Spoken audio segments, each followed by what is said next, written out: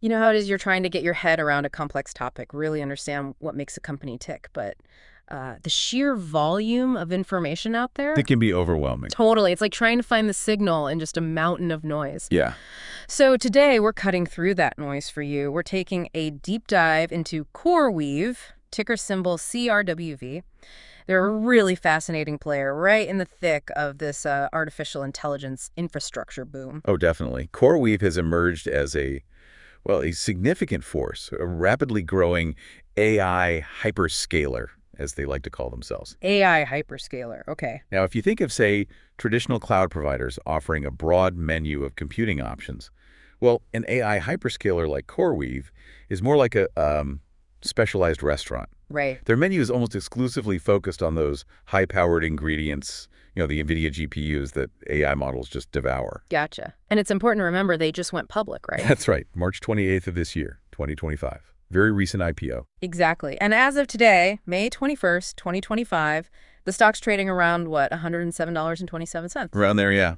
Giving them a market cap of approximately $43.31 billion. It's been a pretty dynamic ride since the IPO. Some notable upward momentum just recently, actually. Definitely volatile. So for this deep dive, we've gathered a variety of sources. We're looking at financial news articles, naturally. Mm-hmm. And those essential SEC filings, the S-1, which is, that huge document companies file before going public, Mm-hmm. it gives a really deep look into their business, financials, risks, Everything. everything, and their first quarterly earnings report for 2025, plus some insightful market analysis we found. Okay, so our mission today is pretty clear. Give you a structured, insightful understanding of CoreWeave, save you the time, the effort of sifting through all that stuff yourself. Right. We want to highlight the crucial takeaways, maybe even some surprising details that help you grasp what this, frankly, complex and rapidly evolving company is all about. Okay, let's do it. Let's unpack this, starting with Chapter 1, Business Understanding. All right. CoreWeave's origin story is actually quite compelling. They started back in 2017 as Atlantic Crypto. Atlantic Crypto, okay. Yeah, initially focused on the booming field back then of Ethereum mining. Crypto mining. Exactly.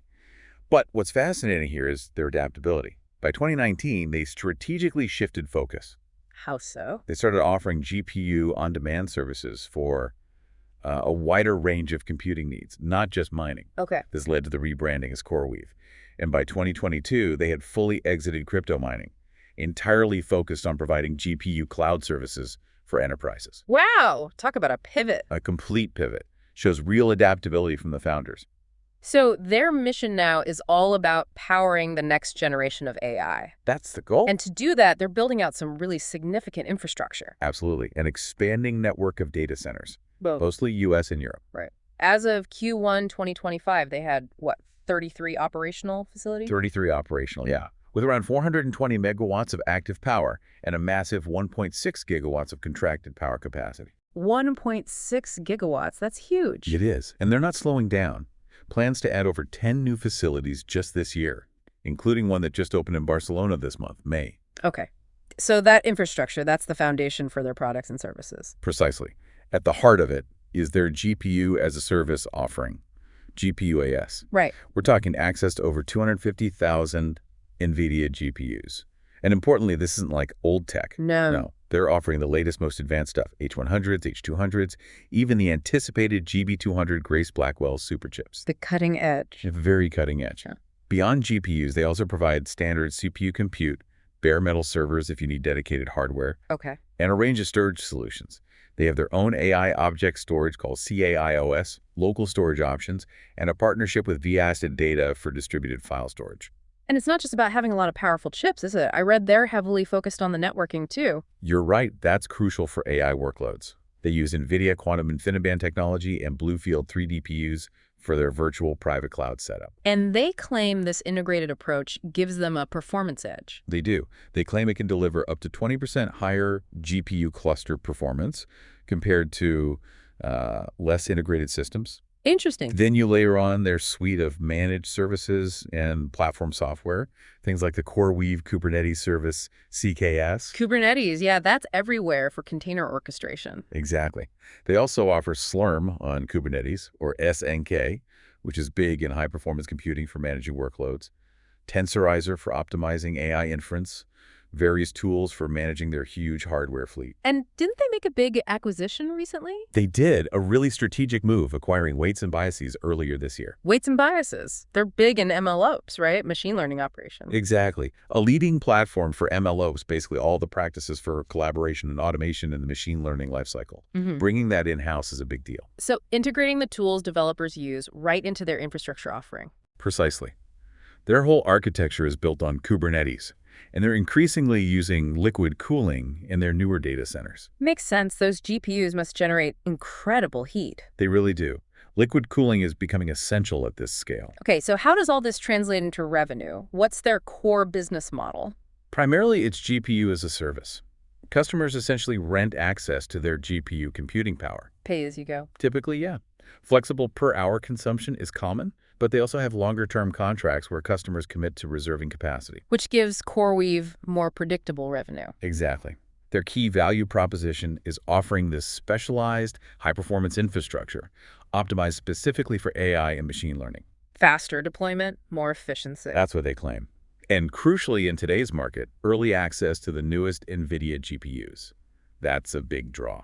But all that cutting-edge tech, it must come at a significant cost. What does their cost structure look like? Oh, you're absolutely right. It's a very capital-intensive business. Huge upfront CapEx for those GPUs and building the data centers. Billions, right? Billions. Then there are significant ongoing operational costs. Electricity is a big one, powering and cooling these energy-hungry systems. Staffing, too, I imagine. Staffing, yes. For data centers, customer support, and a growing expense, interest payments. They've taken on considerable debt to fund this rapid expansion. Right. What about their margins? I've seen different figures mentioned. Yeah, there's been some variation. Some analyses mention figures around 85% gross margin, maybe target figures or different calculation methods. But their recent report showed something else. Their Q1 2025 financials showed a gross profit margin closer to 73.3%. Still very healthy, but lower than that 85% figure. Management often talks about a success-based CapEx model. What does that mean exactly? The idea is to align their big infrastructure investments with long-term customer contracts that are designed to basically cover those costs, secure the demand before you spend the billions. Right, trying to de-risk those huge capital outlays. So who else is playing in this sandbox? What's the broader industry landscape look like? Well, the AI cloud infrastructure market is just exploding. Projections show massive compound annual growth rates for years to come. Everyone wants a piece of the AI pie. Everyone. Key trends we're seeing are this intense focus on AI-optimized infrastructure, AI as a service models growing, edge computing becoming more important. And these specialized neoclouds? Exactly. Providers like CoreWeave, the competitive landscape is dynamic. You've got the giants AWS, Azure, GCP. They're huge, investing heavily in AI, even designing their own chips. Hyperscalers? The hyperscalers. Then you have other niche players like Lambda Labs, Together AI, RunPod, also focusing on GPU cloud services. So where does CoreWeave fit? How do they differentiate? Their main angle seems to be deep specialization in AML workloads and that very close strategic relationship with NVIDIA. Which is huge right now, given the GPU supply constraints. Absolutely critical. Having priority access to the latest NVIDIA tech is a major advantage in this market. Okay, so let's think longer term. Does CoreWeave actually have a sustainable competitive advantage? You know, an economic moat? That's the multi-billion-dollar question, isn't it? They're certainly building brand recognition in the AI community. You've gotten some accolades, right? Time 100, Forbes Cloud 100? They have. And a top rating from Semi-Analysis. But, you know, their brand awareness isn't AWS or Azure level yet. Not even close. Okay. What about cost advantages? They argue specialization gives them cost advantages. But you have to weigh that against the immense economies of scale that giants have. And CoreWeave's significant debt load impacts their cost structure too. Network effects. Switching costs. Network effects are probably still early days. But that Weights and Biases acquisition could strengthen that if more developers standardize on their integrated platform. Switching costs could become significant, though. How so? If customers deeply integrate their workflows, sign long-term contracts, really build around CoreWeave's specific tools, it becomes harder to leave. Makes sense. And proprietary tech. Definitely. Their purpose-built infrastructure, the optimized software stack, that key NVIDIA partnership, their move into liquid cooling, that all counts. Barriers to entry are high in this space. Huge capital needed, GPU access, specialized expertise. Exactly. CoreWeave has navigated some of these hurdles incredibly well, but the competitive pressure from incumbents is intense and relentless. But they have shown they can adapt, right? That pivot from crypto. Absolutely. That historical agility is definitely a plus. Still, you have to wonder if all their initial infrastructure was truly purpose-built for AI from day one. Or if there might be some technical debt lurking from that rapid scaling and pivot. It's a possibility, something to keep in mind as they continue to scale so quickly. Looking at Table 2 in our notes quickly, it really hammers home those differentiators, the latest GPUs, that laser focus on AML, the claim performance, the InfiniBand networking. Compared to the broader offerings of hyperscalers or the variability of other neoclouds, yeah, it highlights their niche focus. Okay, let's shift gears.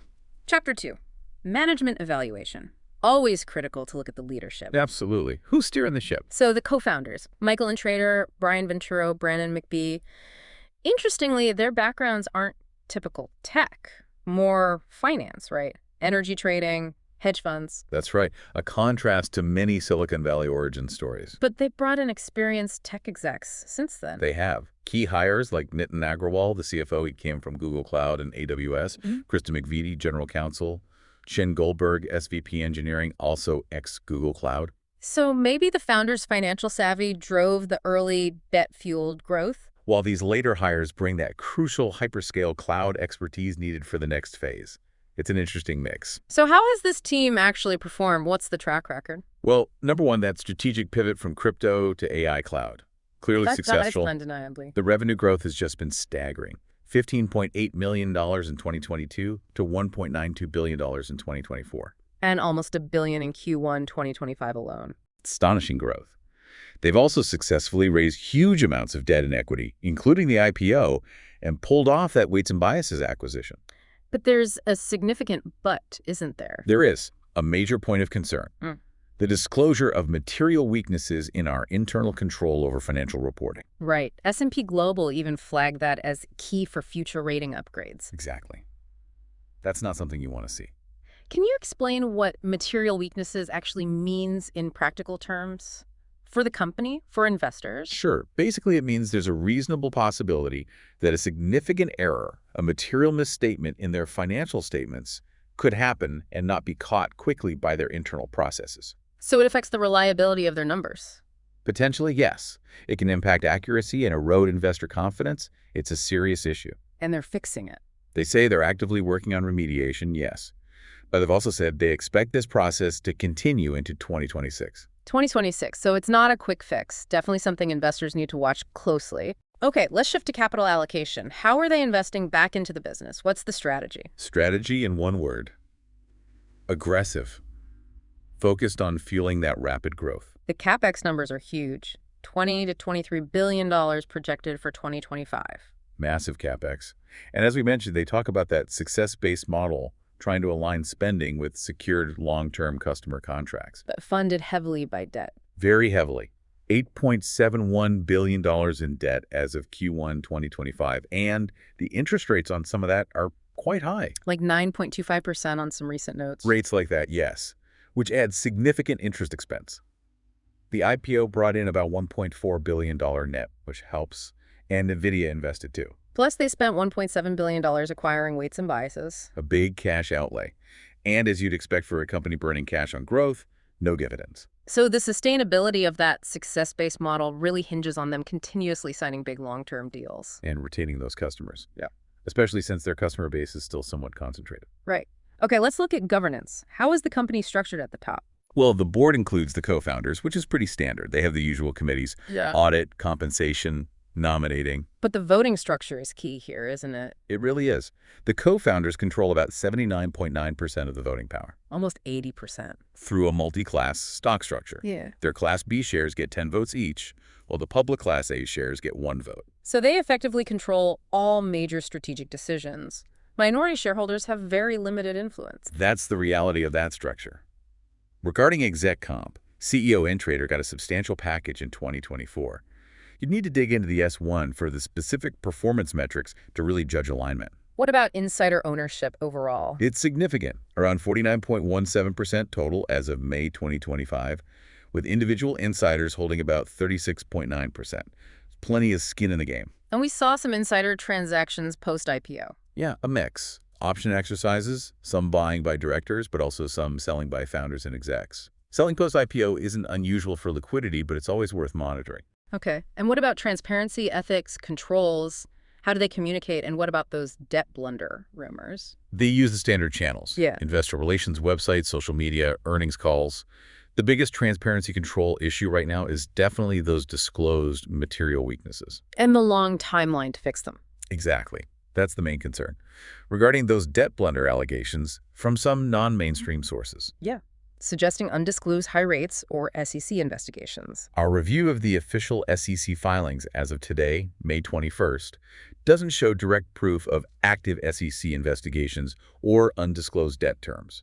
Their high debt and high interest rates are disclosed risks in their filings. So blunder might just be commentary on the disclosed high debt rather than hidden issues. That's a plausible interpretation based on the available public filings. But regardless, the high debt and the internal control weaknesses are absolutely key risks investors need to track. Right. Always critical to stick to verified official sources. Okay, let's dive into the numbers. Chapter 3, Financial Health. All right, let's get into it. A snapshot of key metrics first. As of today, or latest reports, stock around $107. Market cap, $43 billion. Okay. Revenue, trailing 12 months, about $2.71 billion. But net loss in Q1 2025 was $314.6 million. Net loss for full year 2024 was $863.4 million. Still losing money despite the revenue growth. Significant losses. Total debt, $8.71 billion. Total equity, much smaller, $1.91 billion. Cash on hand, $1.28 billion. And they have a big revenue backlog. Huge. $25.9 billion. But EPS for Q1 was negative $1.49. Yeah. And those liquidity ratios, current ratio 0.44, quick ratio 0.33, pretty low. Okay, let's break down that income statement. The revenue growth is obviously the headline. Explosive. Absolutely explosive. Q1 2025 revenue up 420% year over year. Full year 2024 up 737%. Driven purely by that massive AI compute demand. Margin. 73.3% in Q1 2025. Actually improved from the prior year, which is good, but operating expenses are climbing fast too. Tech and infrastructure costs must be huge with all the scaling. That's the biggest chunk, yeah. Plus depreciation. Sales and marketing is still relatively low, but G&A expenses surged in Q1. Why is it that? Mainly one-time stock-based compensation tied to the IPO. So even with soaring revenue, they had an operating loss in Q1. And then the interest expense on top of that. Exactly. That significant net interest expense from the debt load pushed them into a wider net loss overall. But they do report adjusted EBITDA, right? They do. $606.1 million in Q1 2025, a 62% margin. But remember, adjusted EBITDA is a non-GAAP metric. It excludes significant items like interest, taxes, depreciation, stock-based comp. So it paints a rosier picture than the GAAP net loss. It masks the GAAP net losses, yes. Also worth noting, deferred revenue is substantial, $4.05 billion. That's cash received for services not yet delivered. Right, future revenue locked in, essentially. What about the balance sheet? Assets versus liabilities. Total assets are growing fast, mainly property and equipment from all that CapEx. Cash looked okay at $1.28 billion, but... We have to weigh it against the liabilities. Exactly. That $8.71 billion in total debt looms large, plus the substantial deferred revenue liability and operating lease liabilities. Yeah. Equity improved post-IPO due to the capital raise. And those low liquidity ratios. Current at 0.44, quick at 0.33. Yeah, they suggest potential short-term pressure. Though the large deferred revenue balance and current liabilities does skew those ratios down a bit, their ability to keep raising external funds is absolutely crucial. Understood. And the cash flow statement, where's the cash coming from and going? Okay, cash from operations in Q1 2025 was actually down from last year, only $61.2 million, influenced by changes in deferred revenue and non-cash items. Where's the cash going? Investing activities used a huge chunk, $1.43 billion in Q1, mostly the CapEx on data centers and GPUs. And financing? Financing activities brought in cash, $1.85 billion net inflow in Q1, mainly from the IPO proceeds and new debt. So the bottom line on cash flow. Negative free cash flow, big time. They burned through $1.35 billion in Q1 2025 alone, and for the full year 2024, free cash flow was negative $6.9 billion. Wow, negative $6.9 billion. That is a serious cash burn rate. It highlights just how much cash they're consuming to fund this breakneck growth. Okay, last piece of the financial puzzle, return on invested capital, ROIC. How well are they using all this capital? Well, calculating a meaningful ROIC for an unprofitable, high-growth company like this is tricky. I bet. What do the numbers show? It's all over the place, depending on the source and method. Some data providers show tiny positive ROIC, like 1–2%. Others show negative ROIC based on the gap losses, like negative 22%. So not great compared to profitable tech giants. Not even close. Companies like Alphabet, Microsoft, Amazon have ROICs in the teens or much higher. Even using CoreWeave's adjusted operating income doesn't get them near those levels yet. Are analysts expecting improvement? Projections suggest maybe some improvement way out, like by 2035. But the critical point is they need to achieve a sustainable ROIC that's clearly above their cost of capital. Especially with those high interest rates on their debt. Exactly. That gap between positive adjusted EBITDA and negative net loss, negative free cash flow, really underscores the challenge. Underlying GAAP profitability is still elusive. Okay, that wraps up a very detailed first half on CoreWeave. We've hit the business, management, and the core financials. A lot to digest. Lovely. When we come back, we'll dive into market sentiment, ownership structure, risks, including those potential tariffs, and wrap it all up. So stay with us. And hey, if you're finding this deep dive valuable, Which we hope you are. make sure to like and subscribe to the Stock Analytics AI YouTube channel. It really helps us out. And for our members, Euro $4.99 a month, you get a perk. Suggest a stock ticker, and you get prioritized for our next deep dive, including analysis right after their earnings calls. Great way to get the companies you care about covered. Exactly. We'll be right back after a quick pause. Welcome back to the deep dive. We're into the second half of our analysis of CoreWeave. Let's kick off with Chapter 4. Market sentiment. What's the street saying? What's the general feeling about this company? Well, it's been a bit of a roller coaster. Remember how the IPO reception was kind of lukewarm? Yeah, it priced below the target range, didn't surge immediately. Exactly. But wow, has the sentiment shifted since then? We've seen a really dramatic increase in valuation. What drove that? A couple of things. Mainly, strong Q1 2025 results really impressed the market. And then the news that NVIDIA was actually increasing its stake in the company. The NVIDIA factor again. That's a big vote of confidence. Huge. It really seems the market right now is heavily prioritizing revenue growth, any kind of exposure to the AI boom, and these key strategic partnerships, especially with giants like NVIDIA or OpenAI. So traditional metrics like profitability are taking a backseat. Very much so, it seems. Profitability, overall financial health. Yeah. Less focus on that currently compared to the sheer AI growth narrative. Yeah. The whole trading environment for AI stocks is just incredibly volatile, driven by intense investor, fervor. Right, the AI hype train is powerful. CoreWeave is definitely trying to ride that with their AI hyperscaler branding. How does that branding stack up against the financial reality we just discussed? Yeah, that's a really important distinction to make. They're actively promoting themselves as a major player, right up there with the established cloud giants. Aspiration, maybe. At this stage, yes. Because when you look at the financials, the ongoing net losses, the heavy reliance on debt and equity markets just to fund expansion, they aren't operating with the same financial stability or scale as, say, AWS or Azure. Who have diverse revenue streams and are highly profitable. Exactly. So CoreWeave's hyperscaler status feels more like a strategic goal than a current reality. Their whole strategy is basically a big bet. A gamble. You could call it that. They're scaling infrastructure aggressively ahead of sustained profitability, banking on continued exponential AI demand, translating directly into profitable long-term contracts for them. It's high risk, high reward.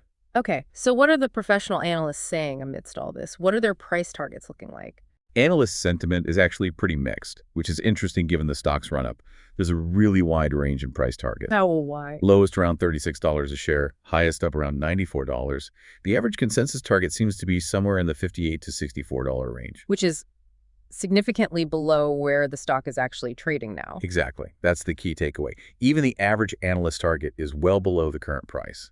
It suggests analysts are trying to balance that huge growth potential in AI with the very real financial risks we've outlined. The debt, the losses, the cash burn. So the market seems more bullish than the average analyst right now, weighing the AI opportunity more heavily than the risks. That seems to be the dynamic at play currently, yes. Yeah. High optimism about continued exceptional growth. Okay, let's move to Chapter 5. Ownership structure. Who actually owns and controls CoreWeave? Well, the first thing to understand is the significant voting control held by the co-founders. We touched on this, the multi-class stock structure. Precisely. Because their Class B shares have 10 votes each, versus 1 vote for the public Class A shares, the 3 co-founders, Intrader, Venturo, and McBee, collectively control about 79.9% of the voting power. Almost 80%. That's huge. It effectively means they control the company's strategic direction. Completely. Minority shareholders have very little say in major corporate decisions. What about overall insider ownership beyond just the founders' voting control? Still very substantial. As of May 2025, insiders overall owned around 49.17% of the total outstanding shares. Individual insiders held about 36.9%. So management and insiders have a lot of their own wealth tied up in the company's success. Significant skin in the game, as they say. Definitely suggests alignment of interests, at least in that respect. And we can't forget NVIDIA's stake. Absolutely crucial. NVIDIA holding a 7% equity stake post-IPO is a major endorsement. Signals confidence from a key partner and industry leader. Exactly. Underscores the strategic importance of that relationship. And we mentioned some recent insider transactions earlier. Anything significant there? A mix, as we said. Option exercises by execs and directors. Some open market purchases by a couple of directors, which is usually seen positively. And some selling. Yes, also some sales by the CEO, CSO, and a few others, particularly around the IPO time. Selling post-IPO for liquidity is common, but it's always something investors watch closely for potential signals about insiders' long-term views. Right. Context matters, but it's data worth noting. Okay, let's get into the thick of it. Chapter 6. Risk Assessment. Using the SWOT framework, strengths, weaknesses, opportunities, threats. Sounds good. Let's start with strengths. What's working in CoreWeave's favor? Well, that incredible revenue growth, obviously. Number one. The strategic NVIDIA partnership is huge. They're specialized, purpose-built for AI infrastructure, early access to the best GPUs. Expanding data center footprint, the weights and biases acquisition for MLOps, that big revenue backlog, and decent gross margins, at least at the gross profit level. Okay, quite a few strengths. What about the weaknesses? The flip side. Biggest one. Lack of consistent profitability. Those significant net losses. The massive debt burden and high interest costs. Yep. Negative free cash flow burning cash. Customer concentration is still a factor. And those material weaknesses in internal controls we discussed. That's a major weakness. Absolutely. Plus, low liquidity ratios. And their reliance on constantly raising more external financing. Definitely some serious challenges. Okay, opportunities. Where could they potentially win big? The biggest opportunity is just the overall market, that exponential growth in AI demand. Enterprises adopting AI more and more. Exactly. Potential to expand more into AI inference, not just training, further integrating software and services via weights and biases. International expansion, new large contracts. All potential opportunities, yes. The market is growing so fast, there's a lot of potential upside if they execute well. All right, finally, threats. What external factors or internal issues could derail them? Competition is intense. From the hyperscalers, from other niche providers, that's a constant threat. What if AI demand slows down? Or the type of compute needed shifts? That's a risk. Pricing pressure as more GPU capacity comes online globally. Technological obsolescence. What if the next big thing isn't NVIDIA GPUs? Their dependence on NVIDIA is both a strength and a threat then. Absolutely. Supply disruptions, relationship changes, big risks. Regulatory risks are always there. And specifically, those potential U.S. tariffs we need to talk more about. Right. What else? Execution risks. Scaling this fast is incredibly hard. Risks tied directly to that high debt and negative cash flow. What if they lose a key customer? The ongoing need for massive CapEx. And even those unverified allegations about debt management could still hurt sentiment. Okay, let's zoom in on those potential U.S. tariffs in 2025. That sounds like it could be a significant headwind. How could they impact CoreWeave? It really depends on the specifics, which aren't fully clear yet. But yeah, it could increase their costs significantly. How? If tariffs are applied to the GPUs and server components they import, either directly or via suppliers, that directly hits their CapEx budget. Which is already enormous. Exactly. Even a small percentage tariff on billions in spending adds up fast. Tariffs could also hit other data center gear power systems, networking equipment, raising construction costs. Even software or cloud services aren't necessarily immune, depending on how things shake out. So higher costs for CoreWeave, would they just pass that on to customers? They might have to try. But that could make AI development more expensive overall, maybe slow adoption, or push customers to providers in non-tariff regions. Could hurt U.S. competitiveness in AI? Potentially. It could also force supply chain reshuffling, add complexity, cause disruptions. And just generally, higher prices for semiconductor-reliant goods could eventually dampen demand.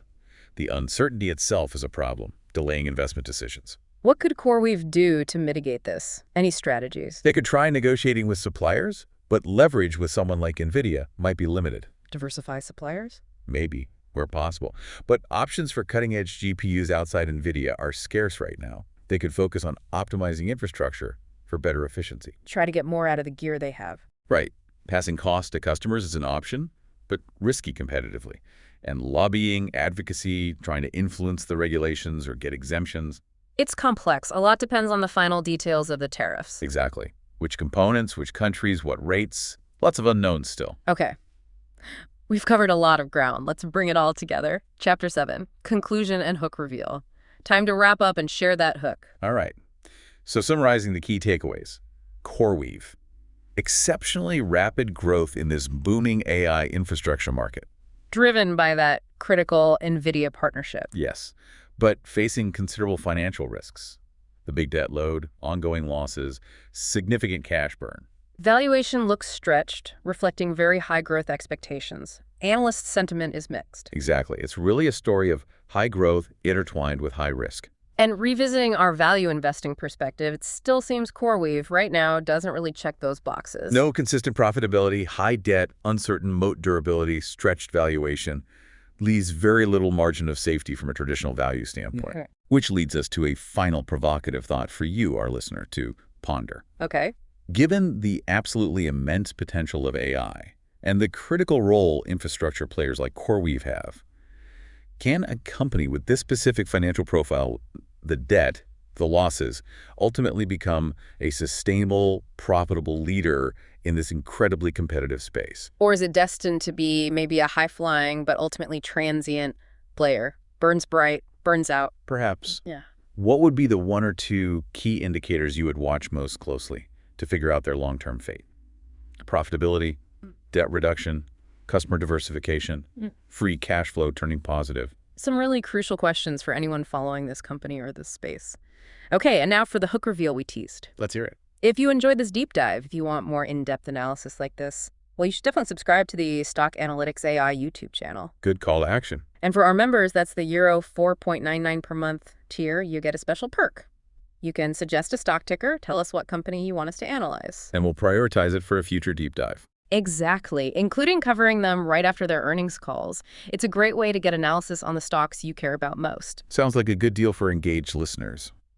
So that brings our deep dive into CoreWeave to a close. It does. We really hope you found this breakdown insightful, helpful for understanding this really complex and fast-moving company. We look forward to bringing you another deep dive soon. Absolutely. So make sure you hit that subscribe button on the Stock Analytics AI YouTube channel. Don't miss the next one. And the important reminders. This deep dive was based on public info available as of May 21st, 2025. It's our analysis and interpretation. It is definitely not financial advice. Please always do your own research, your own due diligence. And consult with a qualified financial professional before making any investment decisions. What? Seriously. One last thing. AI tools may have helped in the research phase here, gathering data.